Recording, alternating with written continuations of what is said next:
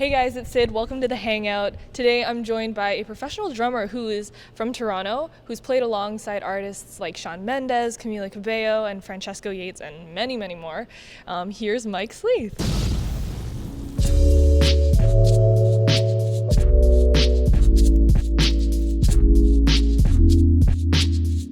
So how was it exploring Vancouver yesterday? It was amazing. Yeah? What'd you guys get up to?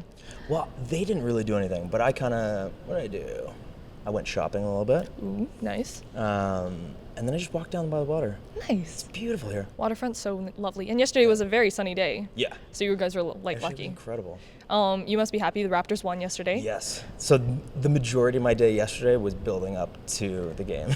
Did you guys have like a big party, watch the game, and Yeah. kind of go crazy? Yeah, it was awesome. Nice. Yeah, really cool. Cool. So now you guys are back on the road. Yep. You guys were in Portland a few days ago. Yep. You're traveling with the Shawn Mendes team. Yep. And how, based off of that crowd, what are your kind of expectations for the rest of the North American leg? It's going to be crazy. Yeah. It sounds like the majority of it is sold out already. Wow. I think. But yeah, it's going to be nuts. I'm really excited. Nice. I'm really excited to take the show to North America because we've done it in Europe and stuff. How was the Europe part of the tour? It was amazing. Yeah. Yeah, the fans out there are crazy. they really give it their all. Awesome. What's sort of the thing that makes you say you're kind of satisfied at the end of a show? Just having kind of a perfect show, as far as playing and everything, and making sure, that I'm always locked in, and the pocket, it always feels nice. People are dancing and such. And then just making sure that Shawn has a good show. Being kind of like a support musician, it's really important to make sure that your artist is having a good show and stuff. Nice. So, so if Shawn's happy, I'm happy. Nice. His new music kind of has a little bit more electronic feel with it as well, and you kind of have to transition between the live drums and the electronic. Yeah. Do you have any different techniques to transitioning between the two? Yeah, so what we did, which is we've kind of taken it to kind of a really heavy level, but essentially, so I have triggers over all my drums. So a trigger is, it's this little kind of device that goes on the side of a drum. So every single time you hit the drum, you not only get the acoustic sound of the drum, but you also get this electronic sample. So whatever you decide to put on it, whether it be like a clap or, any kind of like percussion element.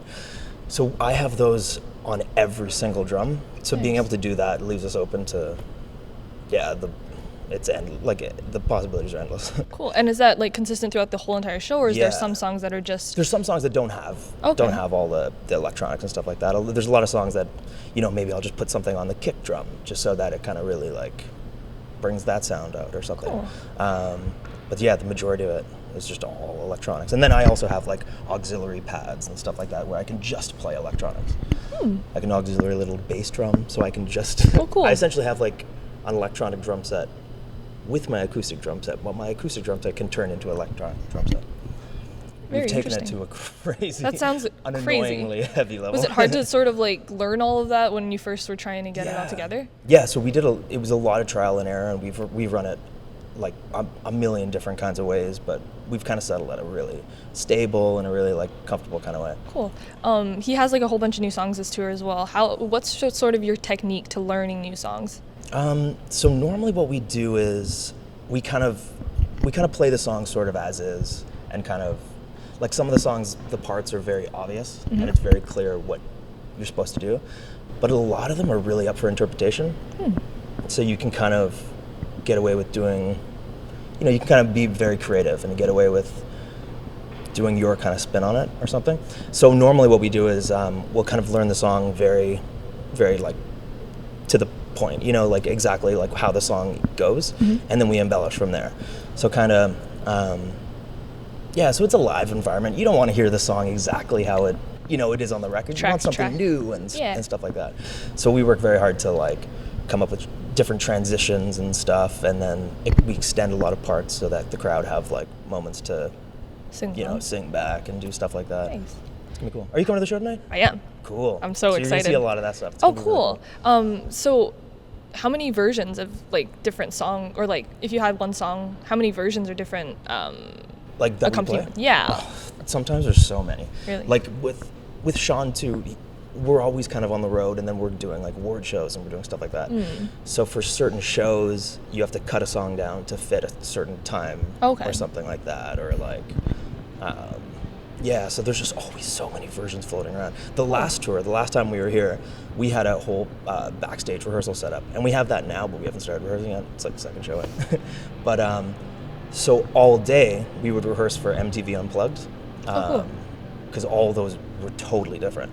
So we'd spend the day rehearsing these one arrangements and then have to go on stage and play all the, that tour, like live arrangements.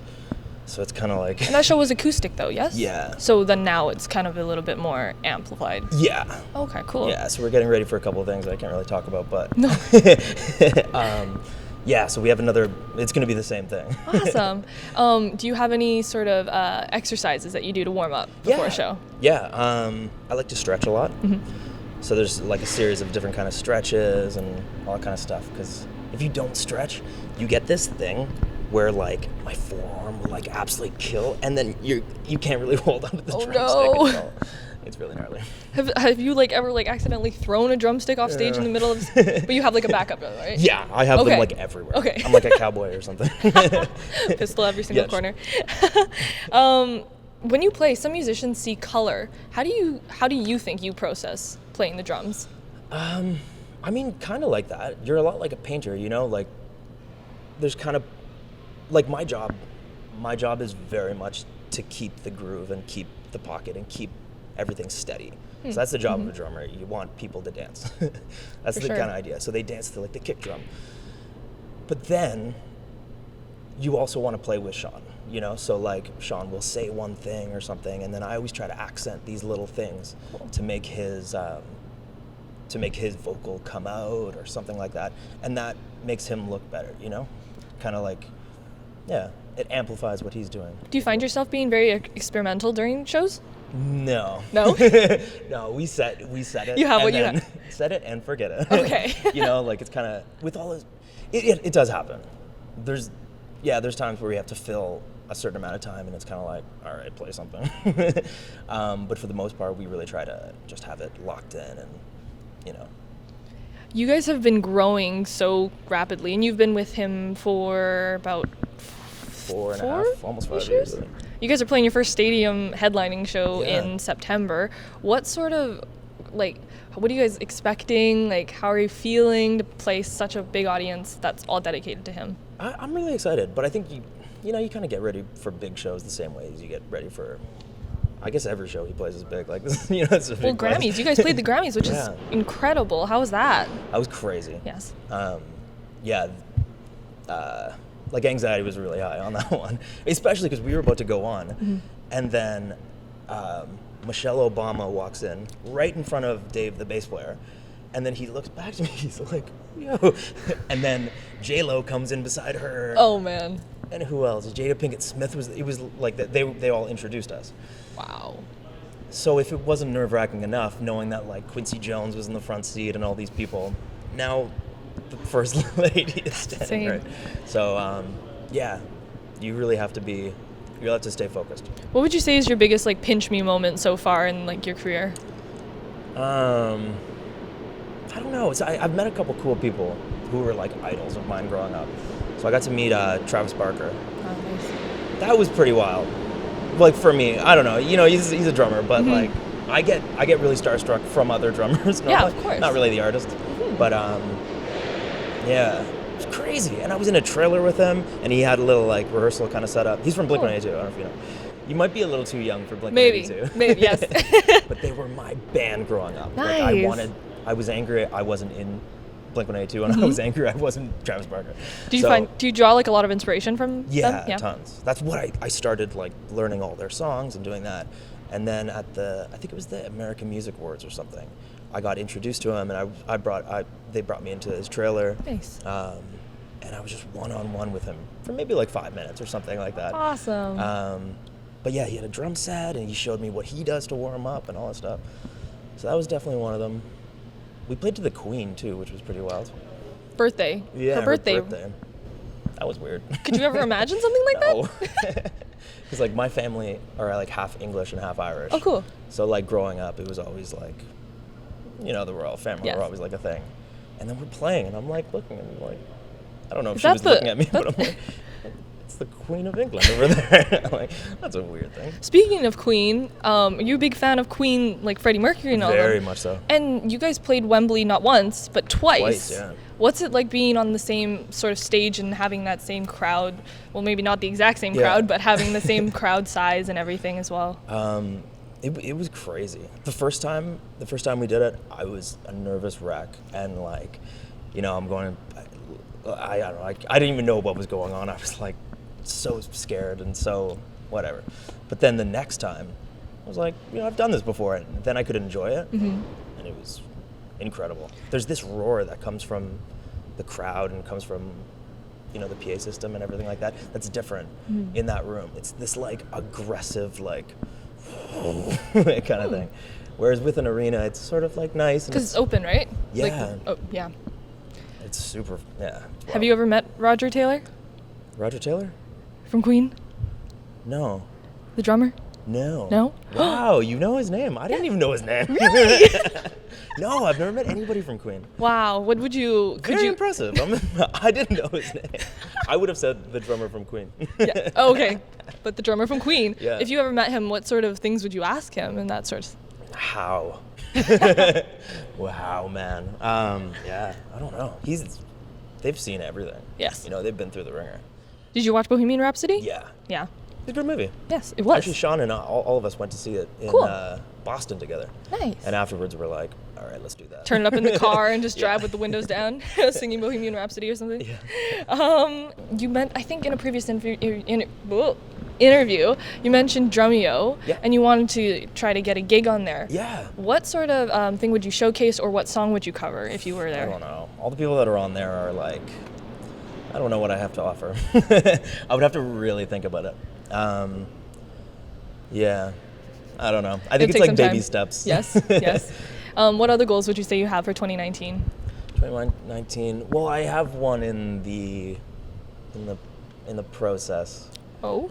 Which is going to be a dream come true. I Oh, don't really really? want to Wow. say anything yet. Yeah. The minute you say stuff, So we'll keep an eye out. yeah, Keep an eye out. Cool. There's something that's going to be coming out that's really cool. That's Well, it's really awesome. cool for drummers. Nice. But maybe if you're a non-drummer, it's not as cool. Well, you've been doing the clinics as well, Yeah. which is super awesome. Yeah, they're and you cool. get to teach kids, is it? Or is Yeah. it just like different people how to drum and stuff? It's kind of like whoever Nice. comes out. I do love to teach though, so Nice. I teach a fair bit. Not in the last couple of years, but yeah. I think it's important to share, Yeah. you know, share your knowledge. What's sort of like a misconception that people have for drumming, though, that you've noticed? That they're stupid. Really? There's a whole list of drummer jokes, and they all have to do with drummers being dumb. I feel like it's probably one of the hardest instruments to play because not only are you working the upper body and the lower body, Yeah. but you have to kind of like bob your head to it all at once as well, or Yeah, you gotta kind of make it look cool, I guess. do you have a drum face? I hope not. I think it's so gross when drummers have those, like, I try to keep it really cool. I think there's a thing like guitar face, right? Yeah. That's well, a thing. bass face is the biggest one. Oh, okay. Bass players put on some weird faces. Interesting. But I really try to stay relaxed and stay. I think when you start doing stuff like that, then maybe it affects your playing. I don't know. Awesome. I think that's everything. Cool. What are you most excited about for tonight's show? Tonight's show, I got a lot of friends coming out, Nice. so I'm excited for that. I'm excited to just have a good show. Yay. Yeah. Awesome. Well, thank you so much for chatting. Thank you for having me. That's Mike Sleath. Hello. And goodbye.